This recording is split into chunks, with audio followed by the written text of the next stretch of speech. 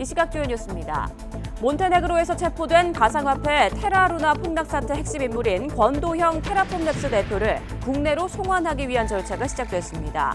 뉴욕 검찰의 공소장에는 루나가 폭락하기 1년 전부터 권 씨가 미국 투자회사와 함께 시세 조종을 공모한 정황이 드러났습니다. 이른바 검수완박 법안의 입법 과정에 대한 헌법재판소의 판단을 둘러싸고 정치권의 공방이 이어지고 있습니다. 민주당은 한동훈 법무부 장관의 사퇴를 요구했고 국민의힘은 헌재가 민주당의 입법 독재에 면죄부를 주었다고 비판했습니다. TV조선 재승인 의혹을 수사하는 검찰이 한상혁 방송통신위원장에 대해 구속영장을 청구했습니다. 재승인 심사 때 측근을 심사위원으로 위촉하고 점수를 낮게 조작하는 데 관여한 혐의 등인데 한 위원장은 모두 사실이 아니라고 반박했습니다. 연일 도발을 이어가고 있는 북한이 핵무인 수중 공격정을 이용한 수중 폭발 시험과 전략 순항 미사일의 모의 핵탄두 폭발 시험을 진행했다고 밝혔습니다. 서해 수호의 날 기념식에 참석한 윤석열 대통령은 북한의 무모한 도발에 대해서 반드시 대가를 치르게 하겠다고 말했습니다. 축구대표팀이 클린스만 감독 취임 이후 첫 경기에서 남미의 강호 콜롬비아와 아쉽게 비겼습니다. 주장 손흥민 선수가 2골을 터뜨리면서 클린스만표 공격 축구의 중심에 섰습니다. 네, 굿모닝 YTN 2부 이어갑니다. 몬테네그로 정부가 테라 루나 폭락 사태 장본인인 권도형 테라폼랩스 대표를 기소했습니다. 몬테네그로 경찰은 권 대표의 기소 혐의가 문서 위조라고 밝혔습니다. 앞서 몬테네그로 내무부는 포드고리차 국제공항에서 위조 여권을 사용해 아랍에미리트 두바이로 향하는 권 대표 등 2명을 붙잡았습니다. 몬테네그로 정부가 직접 권 대표의 처벌에 나서면서 신병 처리 방향에도 영향이 있을 것으로 보입니다. 해외 도피 11개월 만에 검거된 테라 루나 폭락 사태의 장본인 권도영 테라폼랩스 대표가 수갑을 차고 법정으로 향하는 모습이 포착됐습니다. 권 씨는 측근 한모 씨와 함께 현지 시간 24일 몬테네그로 수도 포드리고차에 있는 고등법원에 출두했습니다. 현지 법원 관계자에 따르면 권 씨 등은 범죄인 인도 요청과 관련해 심리를 받을 것으로 전해졌습니다. 한국과 미국, 싱가포르에서도 수사 대상에 올라있는 권 씨는 아직 어느 국가로 송환될지 알 수는 없지만 어디로 송환이 되든 중형이 확실시됩니다. 권도형 대표가 붙잡히자마자 미국 검찰은 즉각 8개 혐의로 기소했습니다. 안전하고 수익도 높을 거라는 광고와 달리 사기와 시세 조작을 통해 투자자에게 52조 원의 손해를 입혔다는 혐의가 핵심입니다. 류재복 기자입니다. 가상자산 시장의 큰 손을 뜻하는 비트코인 고래가 무너지는데 불과 사흘이 걸렸습니다. 이 과정에 사기와 시세 조종 등 8개 범죄가 있었다는 게 뉴욕 검찰의 기소 내용입니다. 권도영 대표는 테라와 루나 이 2개의 가상화폐를 발행해서 투자자를 모았습니다. 테라는 미국 돈 1달러와 같은 가치로 연동하는 스테이블 코인입니다. 이 가격이 변하지 않도록 루나라는 가상화폐를 하나 더 만들었습니다. 루나의 발행을 조절해 테라 가치를 유지하는 방식입니다. 스테이블 코인이라는 안정성과 함께 20% 가까운 높은 수익까지 보장했기 때문에 빠르게 성장할 수 있었습니다. 그런데 10달러쯤에 거래되던 테라 가치가 갑자기 1달러 아래로 떨어지자 가격 유지를 위해 수조 원대의 루나를 추가로 발행했습니다. 이 같은 무리수로 시장이 혼란에 빠지면서 테라와 루나는 순식간에 무너져 내렸습니다. 급기야 가상화폐 거래소는 루나를 상장 폐지했고 연쇄 파산이 일어나면서 지난해 5월 12일 하루 동안 가상화폐 시장에서 시가총액 256조 원이 날아갔습니다. 뉴욕 검찰이 기소하면서 미국 정부는 권도영 대표를 붙잡은 몬테네그로 정부에 범죄인 인도를 요청할 것으로 보입니다. 가상화폐의 천재로 불리던 권 대표는 우리나라 또는 미국에서 죗값을 치러야 하는 신세가 됐습니다. YTN 유재복입니다. 지난해 가상화폐 루나가 99.99% 폭락하기 1년 전 권도영 테라폼랩스 대표가 미국 뉴욕의 투자 회사들과 함께 시세 조종을 공모한 정황이 드러났습니다. YTN이 입수한 뉴욕 검찰의 공소장에는 지난 2021년 5월 권 대표가 직접 미국 투자회사 대표들에게 연락해 가상화폐 테라 USD의 시세 조종 전략을 세운 혐의 등 8가지 혐의가 담겼습니다. 이후 시세 조종의 대가를 주기 위해 테라폼랩스가 미국 투자 회사들과 맺었던 대출 계약을 수정하기로 약속한 혐의도 적시됐습니다. 뉴욕 검찰은 테라 USD 가격이 1달러에 고정된다는 알고리즘 자체가 사기라고 보고 권 대표가 투자자들을 속였다고 판단했습니다. 권 대표가 연루된 테라 루나 폭락 사태의 국내 피해자만 20만 명에 이르는 것으로 알려졌는데요. 1년 가까이 권 대표를 수사해온 검찰은 국내 송환 절차를 신속히 진행할 예정입니다. 먼저 김철희 기자입니다. 해외 도피 끝에 몬테네그로에서 붙잡힌 권도영 테라폼랩스 대표는 서울 남부지방검찰청에서 수사하고 있습니다. 가상화폐 시장에서도 안정적 거래와 환전이 가능하다며 내놓은 테라와 루나가 투자자들의 관심을 받으며 권 대표는 한때 업계 천재로 불렸습니다. 95% are going to die. Yeah. But there's also entertainment in watching companies die too. 하지만 스테이블 코인 테라의 고정 가격이 무너지고 테라 가치를 떠받치던 자매 코인 루나 가치도 99% 이상 떨어지면서 대폭락 사태를 맞이했습니다. 손실을 본 국내 피해자만 20만 명에 달하는 것으로 추산됩니다. 지난해 5월 투자자들의 고소를 접수한 검찰은 자본시장법 위반 혐의 등으로 권 대표를 수사해왔지만 행방이 묘연해 난관에 봉착했습니다. 이에 인터폴을 통해 적색 수배를 내린 검찰은 지난 1월 권 대표가 체류하던 세르비아에 긴급 인도 구속을 청구하며 신병 확보에 주력해왔습니다. 결국 권 대표는 코스타리카 위조 여권을 이용해 두바이로 출국하려다 덜미가 잡혔습니다. 법무부는 몬테네그로의 범죄인 인도를 청구해 신속히 국내 송환 절차에 돌입하겠다고 밝혔습니다. 검찰은 국내 송환에 앞서 나머지 수사를 마무리 지을 방침입니다. 권도영 대표 체포 사실을 최종 확인한 날 테라 결제 서비스를 출시했던 차이코퍼레이션을 추가 압수수색하기도 했습니다. 지난해 12월 구속영장을 청구했다가 기각된 신 전 총괄에 대한 재청구 여부를 조만간 결정할 방침입니다. 검찰은 권도영 대표가 국내로 송환될 경우 테라 루나 사건 수사가 급물살을 탈 것으로 기대하고 있습니다. YTN 김철입니다. 고 전두환 씨의 손자 전우원 씨가 가족과 주변인에 대한 폭로를 멈추겠다고 선언했습니다. 전 씨는 어제 SNS 라이브 방송에서 자기가 판 무덤을 덮고 싶다며 일가의 사생활 폭로를 멈추고 가족과 친구, 지인 등에게 사과하고 싶다고 말했습니다. 이어 자신이 폭로한 사람들은 어차피 세계 상위 1%에 있는 이들이라며 이들의 비리를 언급해봤자 하나도 달라지는 게 없다고 덧붙였습니다. 현재 전 씨는 SNS에 올렸던 자신의 폭로 영상을 모두 삭제한 상태입니다. 한편 검찰은 최근 시민단체에 고발장을 접수한 뒤에 전 씨가 폭로한 고 전두환 씨 일가의 비자금 의혹에 대한 수사에 착수했습니다. 검수완박 법안의 입법 과정에 대한 헌법재판소 판단 이후 정치권에선 연일 날선 공방이 이어지고 있습니다. 민주당은 한동훈 법무부 장관이 물러나야 한다며 공세를 폈고 국민의힘은 헌재가 민주당의 입법 독재에 면죄부를 줬다며 반발했습니다. 김경수 기자입니다.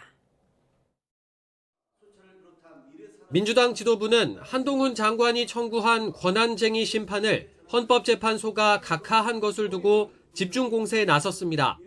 청구 자격이 안 되는 걸 몰랐을 리 없는데 한 장관이 검찰 기득권 유지를 위해 국회 입법권에 도전했다며 맹비판했습니다. 한동훈 법무부 장관은 이번 헌법재판소 판결에 책임지고 사퇴해야 합니다. 오로지 검찰 기득권 유지와 검사 독재 정권의 안위를 위해서 이 엄청난 국가적 혼란을 초래한 것입니다. 스스로 물러나지 않으면 강제로 퇴장시키겠다고도 경고했습니다. 한동훈 장관은 패배를 인정하고 물러남이 어떨까 그런 생각을 합니다. 스스로 물러나지 않으면 강제로 퇴장시킬 수밖에 없다는 점도. 민주당은 수사권과 기소권의 완전한 분리를 위해 한국형 FBI 중대범죄수사청 설치에 속도를 내겠다면서 검찰 수사권을 다시 확대한 법무부의 검수원복 시행령도 폐기하라고 압박했습니다. 하지만 한동훈 장관은 잘못된 절차로 잘못된 법이 만들어지면 국민 피해를 막기 위해 최선을 다하는 게 법무부 장관의 책무라고 입장문을 내며 물러서지 않았습니다. 또 민주당이 입버릇처럼 탄핵을 말했다면서 당당히 응하겠다고 반박했습니다. 국민의힘은 정치적 결정으로 스스로 헌법을 파괴했다며 헌법재판소를 직접 겨냥했습니다.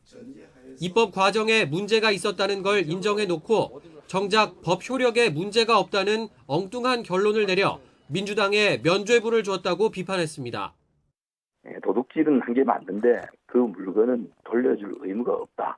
소유권이 있다라고 인정해 준 것과 마찬가지의 아쉬운 판결이다라고. 민주당을 향해선 한동훈 장관 사퇴를 거론할 게 아니라 사과부터 하라고 날을 세웠습니다.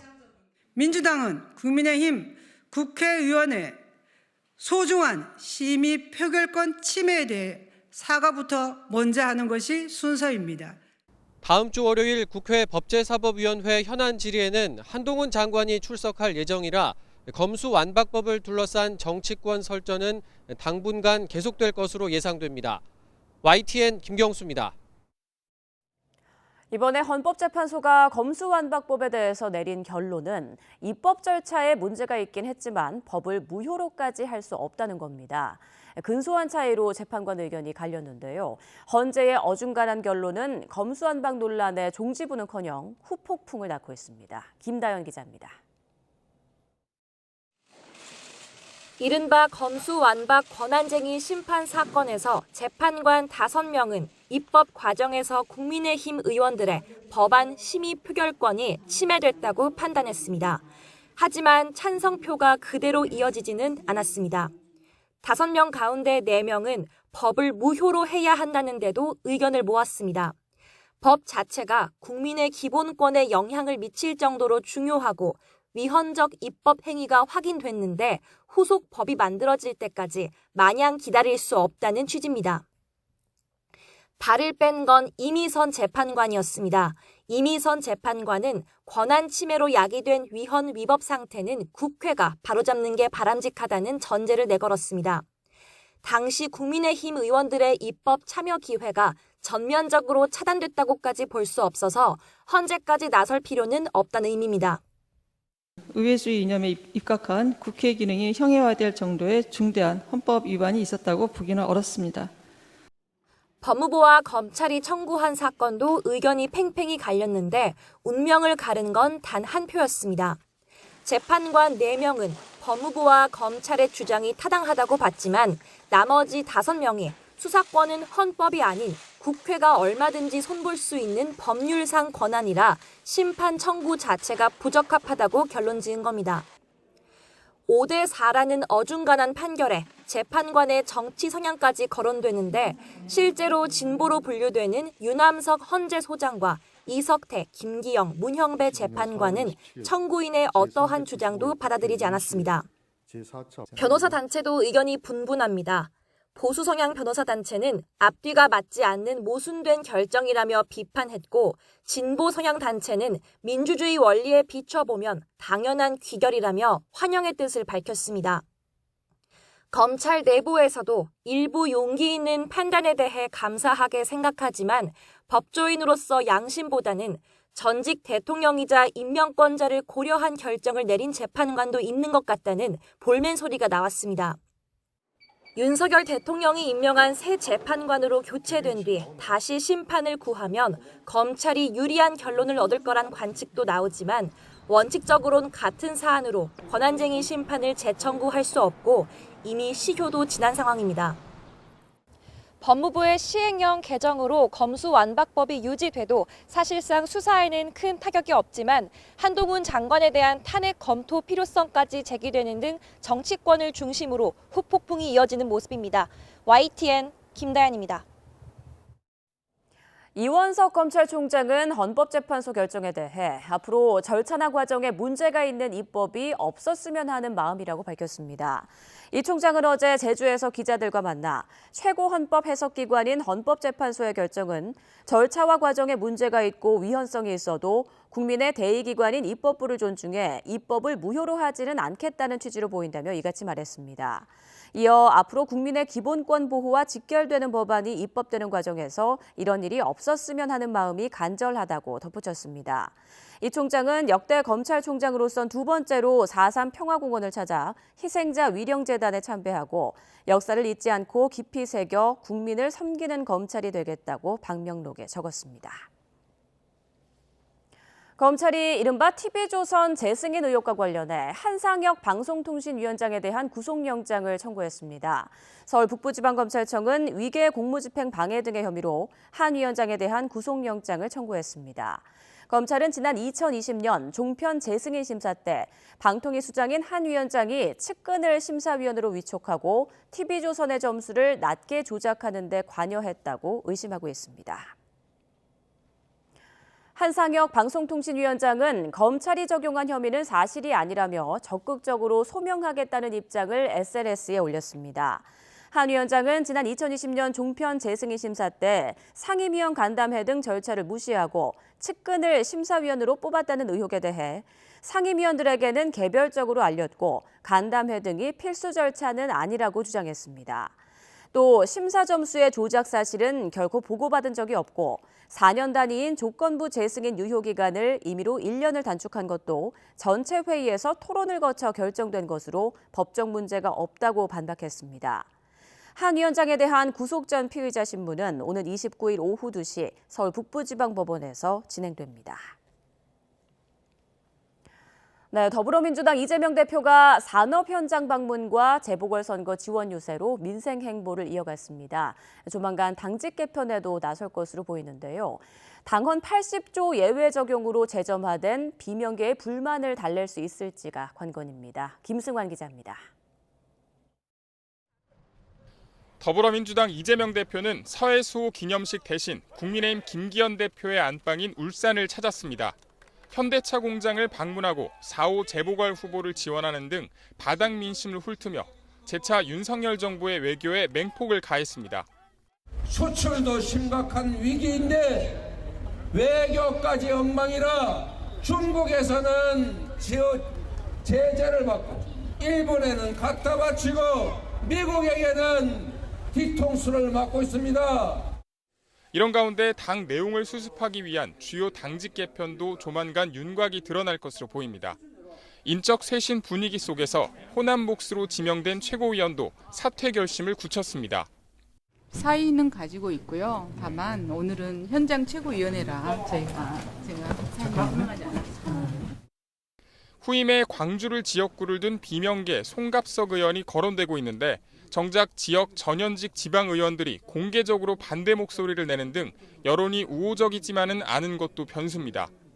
친명계가 포진한 핵심 당직과 대변인단도 물갈이 될 가능성도 제기됩니다. 하지만 비명계에서는 강성 지지층과의 결별을 재차 요구하는가 하면 당헌 80조 예외 적용을 비판하며 더욱 이 대표를 몰아세우고 있습니다. 쫓기듯 그렇게 찌질한 모습을 보인 것이 영 상쾌하지가 않습니다. 이재명 대표가 당대표직을 그대로 유지하는 것이 과연 당당한가? 이재명 대표는 여기 울산에 이어 4.3 희생자 추모식에 맞춰 제주도를 방문해 민생 행보를 이어갑니다. 인적 쇄신 카드도 꺼내 국면 전환에 나설 것으로 예상되지만 본격 재판이 이어지는 가운데 당 내용을 잠재울 수 있을지는 두고 봐야 할 것으로 보입니다. 울산에서 YTN 김승환입니다. 이런 가운데 더불어민주당 이재명 대표는 지지자들에게 미워도 식구라고 말하며 비이재명계에 대한 공격을 자제할 것을 당부했습니다. 이 대표는 어제 울산에서 열린 국민보고회에서 우리 안에 차이가 있어도 이겨내야 할 상대와의 차이만큼 크진 않다며 이같이 말했습니다. 이어 이간질을 정말 조심해야 한다면서 섭섭해도 손 꼭 잡고 반드시 꼭 이겨내자고 호소했습니다. 이는 비이재명계를 겨냥한 문자 폭탄 등 지지자들의 내부 공격을 자제해달라고 요청한 것으로 풀이됩니다. 쌍방울에서 뇌물과 불법 정치자금을 건네받은 혐의로 재판에 넘겨진 이화영 전 경기도 평화부지사가 쌍방울 관계자들에게 허위 진술을 강요했다는 주장이 제기됐습니다. 박용철 쌍방울그룹 부회장은 이 전 부지사의 공판에 증인으로 나와 이 전 부지사가 재판 도중 쪽지를 건네며 허위 진술을 구체적으로 지시했다고 주장했습니다. 방 부회장은 안부수 아태엽 회장과 김성태 전 쌍방울 회장이 알고 지낸 기간 등에 대한 진술을 구체적으로 지시하는 내용이 쪽지에 적혀 있었고 김 전 회장에게도 전달한 내용이니 잘 기억하라는 말이 쓰여 있었다고 강조했습니다. 북한이 전략순항 미사일의 모의 핵탄두 공중 폭발 시험을 진행했다고 밝히면서 순항 미사일의 비행 장면도 상세하게 공개했습니다. 우리 군은 정밀 유도무기 사격 훈련을 공개하며 킬체인 능력을 다시 한번 확인했습니다. 한현희 기자입니다. 날개를 단 작은 비행기 같은 물체가 산 능선을 따라 솟구쳐 오릅니다. 해수면에 바짝 붙어 비행을 이어가기도 합니다. 북한이 지난 22일 전략 순항미사일 화살 1형 2기와 화살 2형 2기의 초저고도 비행 시험과 변칙적인 고도 조절, 회피 비행 능력을 시험했다며 공개한 비행 장면입니다. 순항미사일의 기본적인 이제 비행 모습이죠. 거의 100점 만점에 100점이라고 좀 표현할 수 있을 것 같아요. 언덕이 나왔을 때 이 지형을 회피하면서 다시 또 고도를 좀 낮게 유지하는 모습을 봤을 때는 북한이 그만큼 기술력이 좀 뛰어나다는 것을 과시하기 위해서 디테일한 부분까지 다 공개한 것 같은데요. 북한은 모의 핵탄두를 장착한 화살 1형과 화살 2형이 각각 125분과 150분가량 비행했다고 밝혔습니다. 또 지난 19일 단거리 탄도미사일을 800m 상공에서 공중 폭발한 데 이어 이번엔 고도 600m에서 공중 폭발을 진행했다고 전했습니다. KN-23에 들어갈 핵탄두와 순항미사일에 들어갈 핵탄두는 크기가 다릅니다. 그 말은 파괴력의 차이가 있을 수밖에 없다라는 말이고요.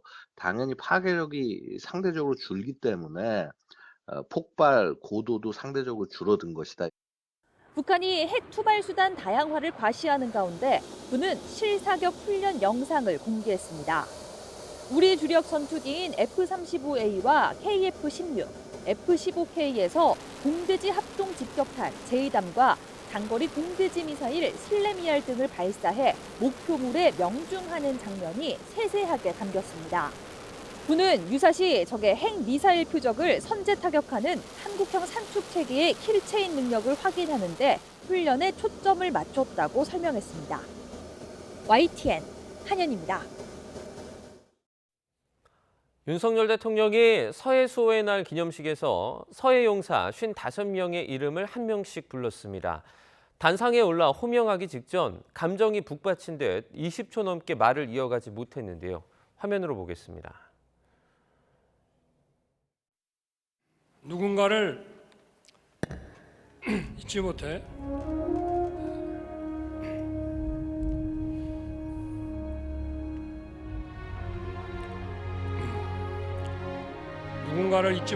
부르는 것은 영원히 기억하겠다는 다짐입니다.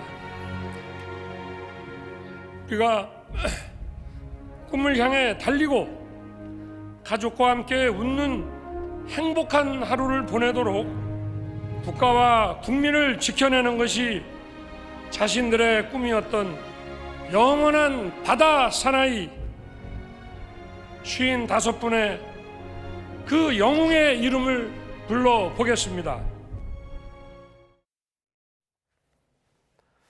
국민의힘 지도부와 대통령실, 고용노동부 관계자 등이 MZ세대 노동조합과 치맥회동을 했습니다. 이 자리 중간에 윤석열 대통령이 직접 전화를 해서 참가자들과 스피커폰으로 대화를 나누며 노사법치를 강조했다고 하는데요. 참석자들의 말 잠시 들어보시죠.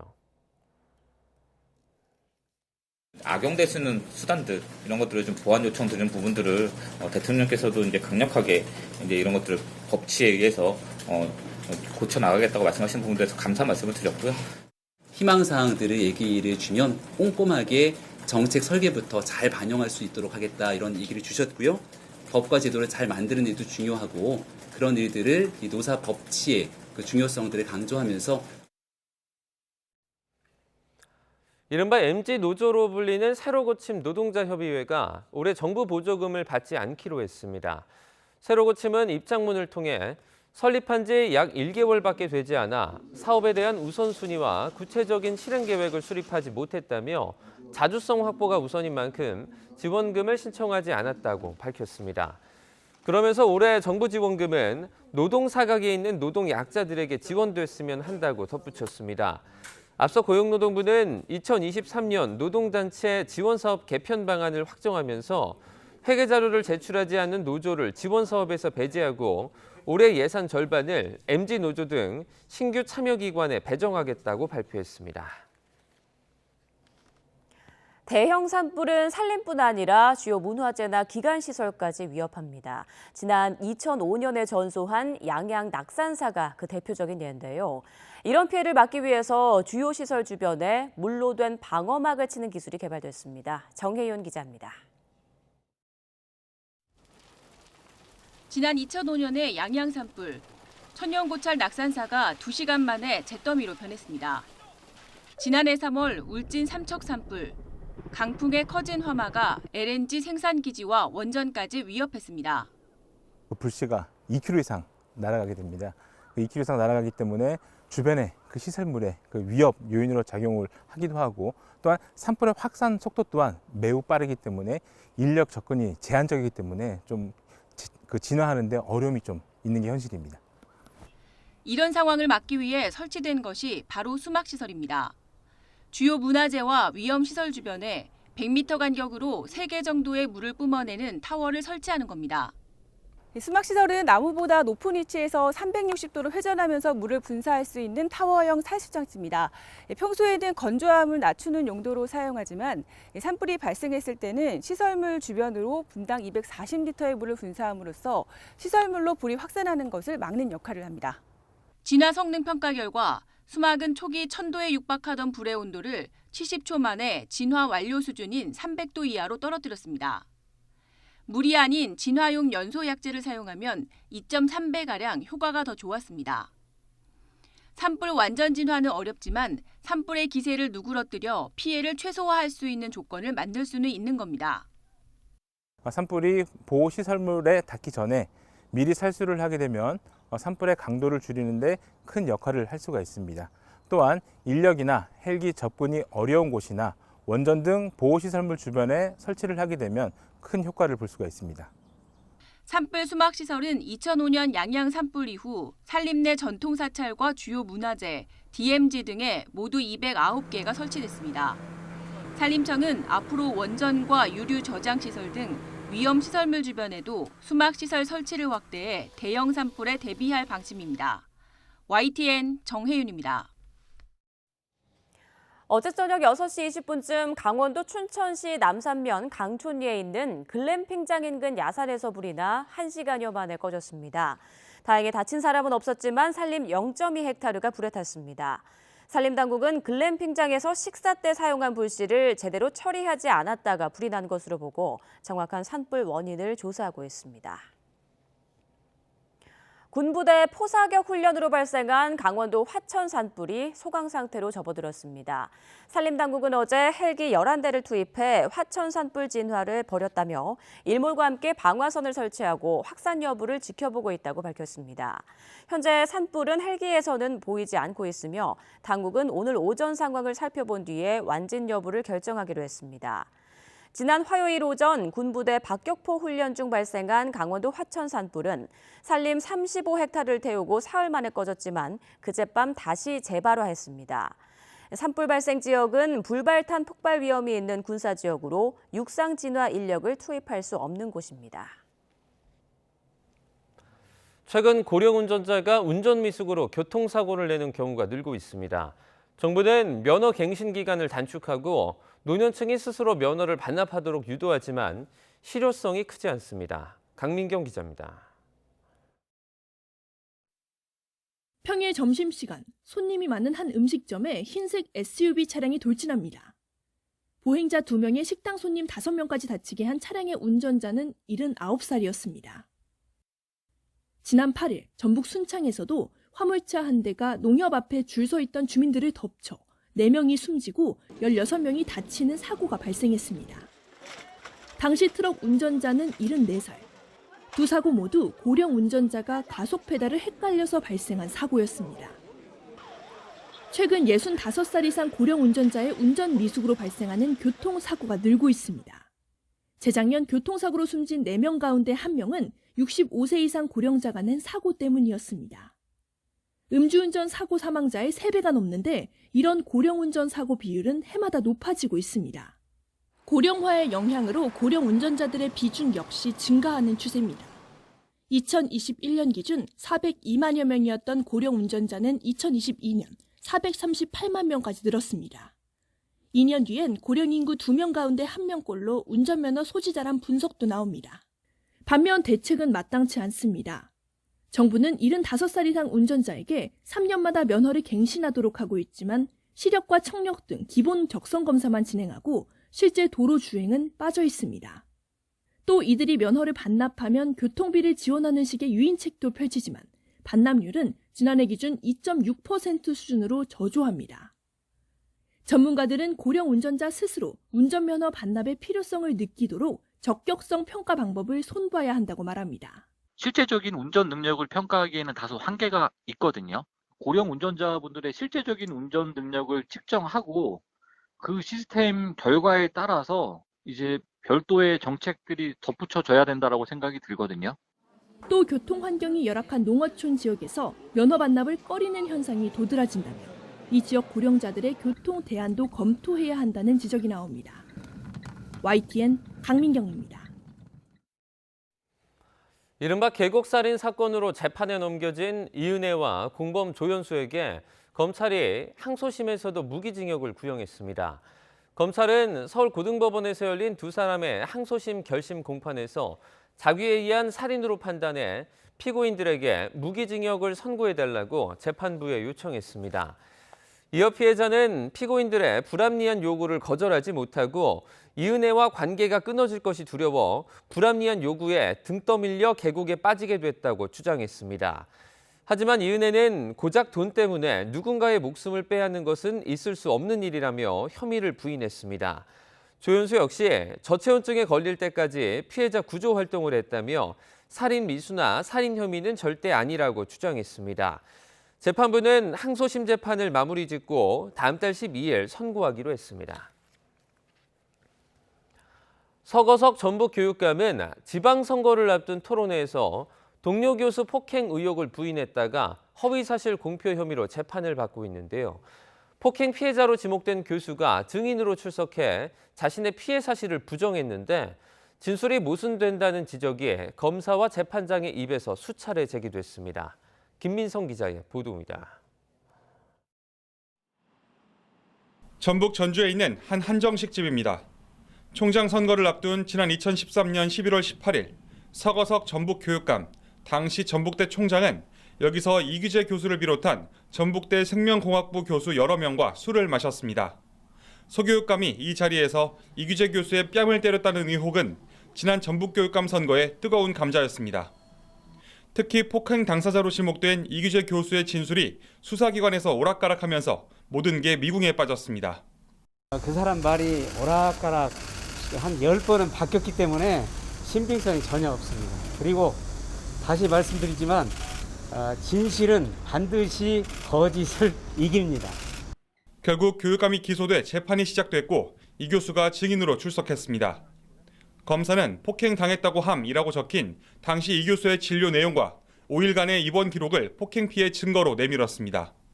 또 사건 발생 당일 이 교수와 만났던 고교 동문 A 기자의 취재 수첩도 제시했습니다. 여기에 비교적 최근인 2022년 4월 30일 이 교수가 B 기자에게 전화를 걸어 폭행 경위를 상세하게 말한 통화 녹취록도 내놨습니다. 검사가 위증죄 처벌 가능성을 경고하고 재판장도 진술상 모순을 거듭 지적했지만 이 교수는 기억이 나지 않는다, 묵직한 무언가에 부딪힌 것까지가 팩트라고 반복했습니다. 그러더니 2022년에도 총장 선거를 준비하던 중이었기 때문에 폭행 피해자라는 입장을 취하는 게 선거에 유리할 것 같아서 거짓말했다는 취지로 에둘렀습니다. 2022년에 통화할 때 기억이 있었는데 왜 폭행 사실 기억이 안 나십니까? 다음 달 7일 재판에는 서 교육감이 이 교수를 폭행한 사실을 들었다는 증인들이 법정에 나올 예정입니다. YTN 김민성입니다. 교육부가 유아 대상 영어학원, 이른바 영어유치원 전수 점검에 나섭니다. 장상윤 교육부 차관은 전국 시도교육청 부교육감과 영상회의를 열고 5월까지 유아 대상 영어학원 교습비와 교습생 모집 실태, 운영 시간 등을 꼼꼼히 파악해달라고 요청했습니다. 교육부는 특히 편법으로 고액 교습비를 징수하거나 학원인데도 정식 유치원인 것처럼 운영하는 곳이 없는지 살펴 관계 법령에 따라 처벌해달라고 당부했습니다. 중학교 교사가 수업 시간에 학생을 폭행했다는 신고가 들어와 경찰이 조사에 착수했습니다. 인천 중부경찰서는 폭행 혐의로 50대 교사 A씨를 입건해 조사하고 있습니다.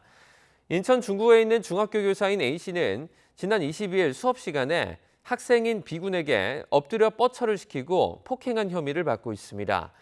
A씨는 에너지 절약 관련 수업을 진행하던 중 전기요금을 아껴야 한다는 식으로 말했다가 B군이 세금은 내 돈이다라는 식으로 반발하자 체벌한 것으로 전해졌습니다.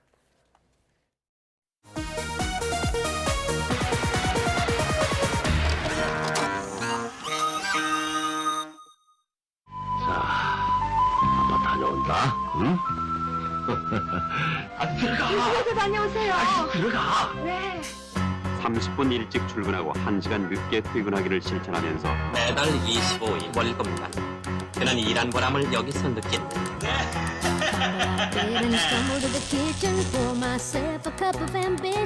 아침 출근 시간이 이르다 보니까요. 지금 시간이 5분, 10분이 그 차이가 심각한데 직장인들에겐 가장 바쁜 아침 출근 시간입니다. 한 주일을 시작하는 월요일에 지각할지 모른다는 걱정으로 직장인들의 바쁜 발걸음. 기분이 별로 계속 더 쉬었으면 좋겠는데 아무래도 출근해야 되겠기에. 자, 지금부터 회의를 시작하겠습니다. 이번 회의 소요 시간은 20분이 되겠습니다. 사무실에서는 어려운 경제를 살리는 데 노력할 것을 다짐했습니다. 경제 최전선에 일하는 회사원으로서 자신의 임무를 다하면서 소처럼 묵묵히 일하고 또 돈도 많이 사원들의 나약함과 개인주의를 극복하기 위한 특기 훈련을 실시할 계획입니다. 정상을 향해 가지만 가파른 경사길에서는 숨이 턱까지 차오릅니다. 동료들의 고함을 너무나 뼈저리게 깨달았습니다. 사회생활 하는 데도 너무나 힘이 많이 될 것이라고 생각합니다. 경쟁력과 수익을 높이는 것은 구성원들의 마음가짐에서 출발한다는 인식이 야근으로 저녁이 없는 삶과 군대식 조직 문화를 난 여기서 빠져나가야 되겠어. 일과 삶의 균형을 의미하는 워라벨이 트렌드로 자리 잡고 있습니다.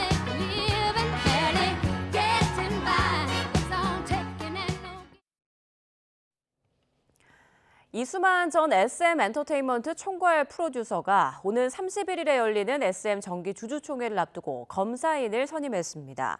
SM은 이전 총괄이 법원에 낸 검사인 선임 신청이 법원에 의해 인용됐다고 공시했습니다. 앞서 이전 총괄은 지난달 27일 서울 동부지법에 주주총회의 소집 절차나 결의 방법의 적법성에 관한 사항을 조사해야 한다며 문재웅 변호사를 검사인으로 선임해달라고 청구했습니다. 재판부는 신청인인 이수만 전 프로듀서가 발행 주식 총수의 100분의 1 이상의 주식을 보유한 주주인 사실과 주주총회와 관련해 검사인 선임이 필요하다는 사실이 소명된다고 설명했습니다.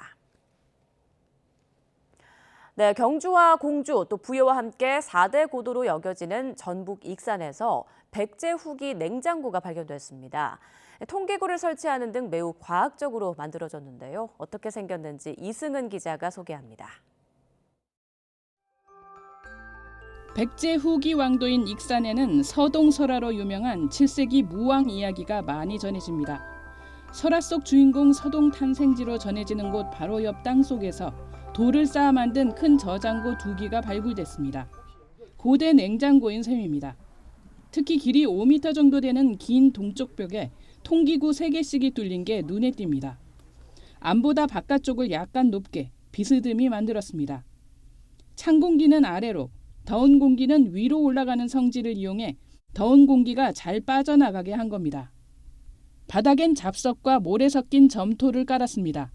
자연적으로 내부 온도를 서늘하게 유지하고 습기를 차단한 과학적 설계입니다. 기존의 백제 왕도 부여나 공주에서 발견된 이러한 저장고들은 거기가 다 목각 시설이었어요. 그리고 거기에는 이와 같이 통기구가 갖춰지지 않았습니다. 따라서 한 단계에 이렇게 진화된 그러한 좋은 저장고라고 말할 수 있죠. 저장고가 만들어진 시기는 6에서 7세기 백제 후기로 추정됩니다. 바닥에서는 그때 사람들이 먹은 과일과 농작물의 흔적이 많이 나왔습니다. 참외와 딸기, 다래, 포도 같은 과일 씨앗과 밀과 조, 팥 등의 곡식, 들깨 등이 나왔습니다. 벼루와 그릇, 기와도 출토됐는데 백제 왕궁터인 인근 왕궁리 유물과 비슷합니다. 또 공주와 부여에서도 저장고가 왕궁터에서만 나왔기 때문에 이 저장고 역시 왕실 시설이었을 것으로 보입니다.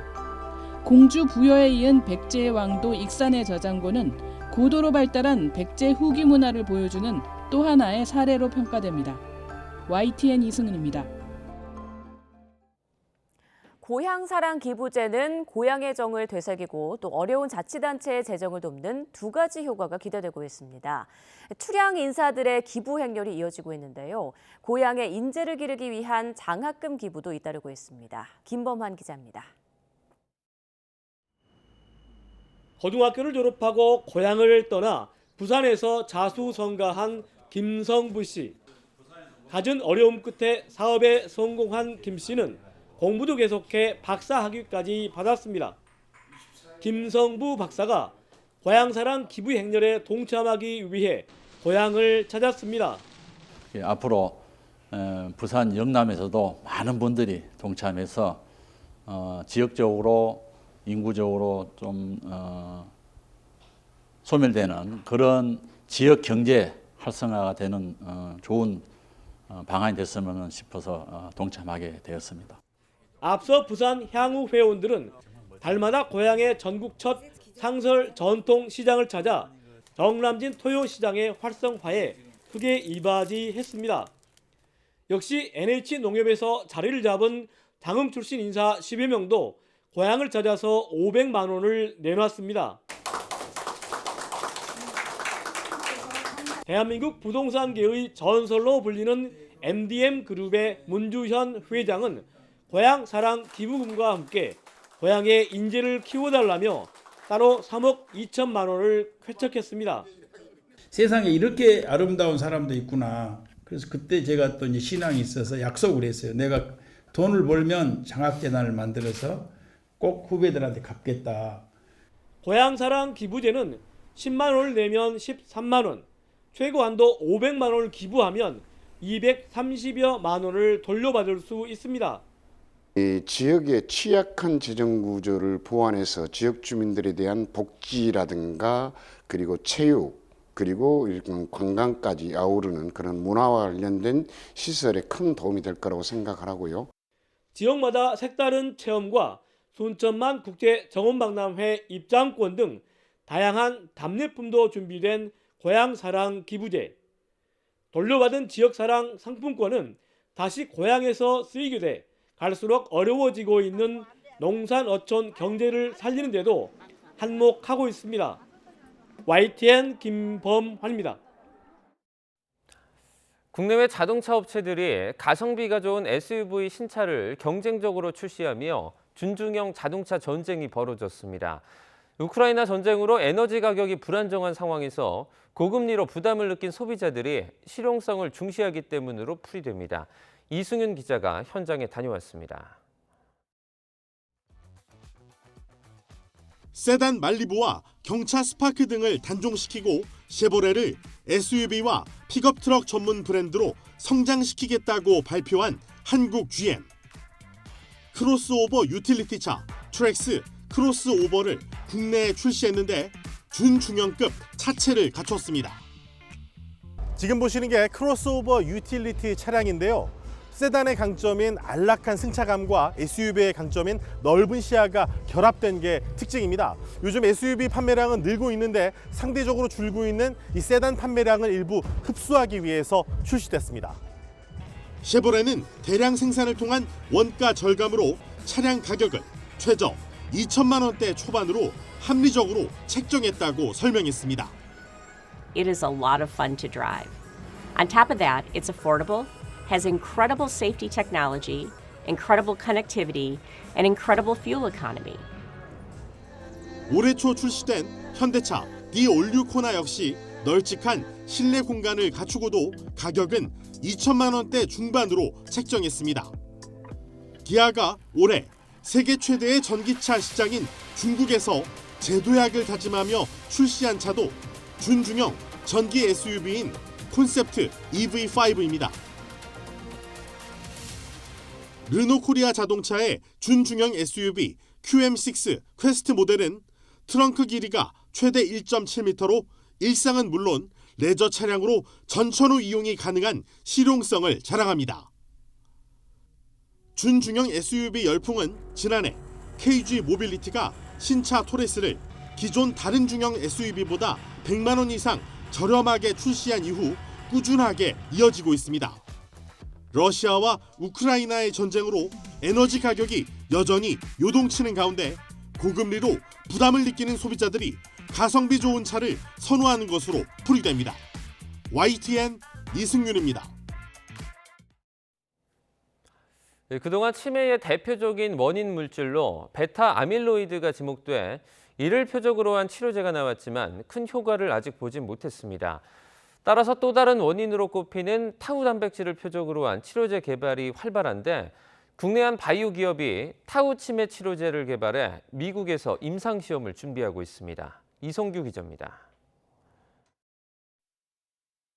서서히 기고를 잃어가는 퇴행성 뇌질환 치매.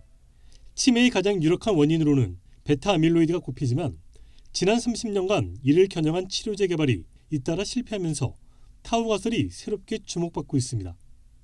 타우 가설은 뇌 속 타우 단백질이 비정상적으로 엉키면 뇌 신경세포가 사멸해 치매를 일으킨다는 학설입니다. 국내 연구진이 타우 단백질의 특정 부위에 작은 화학 물질인 아세틸기가 붙은 아세틸타우가 타우의 엉킴을 가속화한다는 점을 확인하고 이 타우를 공략하는 방식의 치매 치료제를 개발했습니다.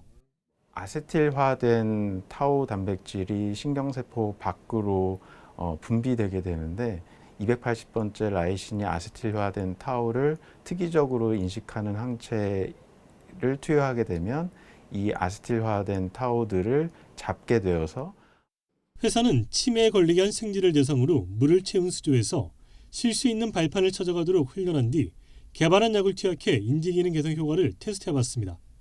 개발한 항체 치료제를 투여한 생쥐는 발판으로 가는 길을 떠올려 쉽게 찾아갑니다. 하지만 치료제를 투여하지 않은 생쥐는 잘 찾지 못하고 주위를 맴돌다 찾아갔는데 그 차이가 꽤 크게 났습니다. 저희 항체를 투여했을 때 인지기능 장애가 64% 정도 회복되는 것을 확인을 할 수 있었는데요. 그 찾아가는 시간 자체가 줄어들게 됐고 그 구역에 머무는 시간 또한 증가되는 것을 확인했습니다. 연구진은 이 같은 내용을 담은 연구 결과를 국제학술지 저널 오브 클리니컬 인베스티게이션에 발표했습니다. 치매 치료제는 지금까지 베타 아밀로이드를 겨냥한 치료제 2개가 미국 FDA 승인을 받았는데 아직 타우를 표적으로 한 치료제는 승인을 받은 게 없습니다.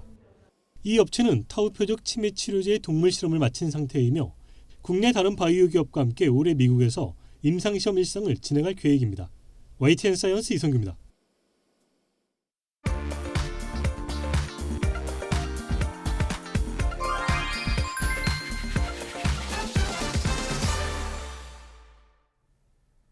남쪽으로 갈수록 예쁜 벚꽃을 만날 수 있는 주말입니다. 진해에서는 오늘부터 4년 만에 열리는 군항제가 시작돼 남부권의 교통 상황이 불편해질 것으로 전망이 되고요. 남쪽으로 가는 1번 경부선은 낮 12시 무렵이 가장 혼잡할 것으로 예상이 됩니다. 특히나 충청권 지나기가 답답하겠는데요. 북천안과 천안분기점, 목천과 청주 사이의 정체를 예상하고 나오시는 게 좋겠습니다.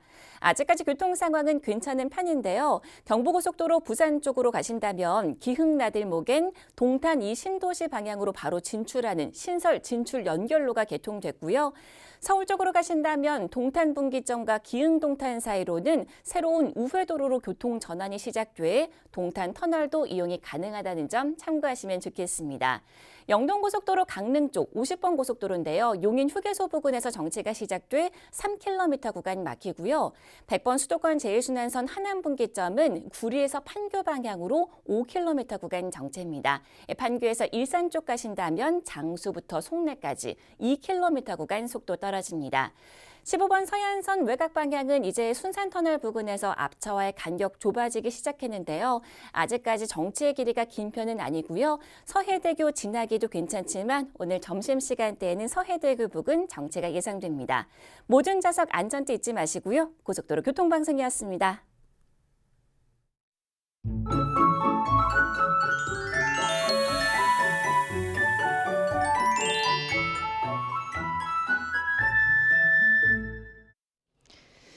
오늘도 미세먼지가 문제입니다. 현재 충북과 경북을 중심으로 공기가 탁한데요. 오늘 황사가 잔류하면서 영향을 주겠습니다. 호흡기 관리 잘 해주시길 바랍니다. 비 소식도 있습니다. 오늘 오후부터 내일 새벽까지 곳곳에 비가 옵니다. 양은 5mm 안팎으로 적겠습니다. 이렇게 양이 적어서 건조한 날씨는 계속됩니다. 주말을 맞아서 나들이 가실 텐데 불조심 해주시길 바랍니다. 현재 기온 살펴봅니다. 서울이 8.3도, 청주가 10.1도고요. 낮 기온은 서울이 18도, 춘천과 청주가 17도, 광주 16도, 부산은 15도로 예상됩니다. 당분간 맑고 일교차 큰 전형적인 봄 날씨가 이어질 전망입니다. 날씨였습니다. 네, 피겨스케이팅 여자 싱글 이혜인 선수가 세계선수권에서 은메달을 목에 걸며 김연아 이후 10년 만에 메달 획득에 성공했습니다. 이혜인은 일본 사이타마현에서 열린 피겨스케이팅 세계선수권 대회 여자 싱글 프리스케이팅에서 147.32점을 받아 최종 총점 220.94점으로 일본의 사카모토 가오리에 이어 2위에 올랐습니다. 우리나라 피겨 선수가 올림픽 다음으로 권위 있는 대회인 세계선수권 대회에서 시상대에 오른 건 2013년 김연아의 금메달 이후 10년 만입니다. 네, 굿모닝 YTN 2부 마칩니다. 잠시 후 3부가 이어집니다. 시청해주신 여러분 고맙습니다.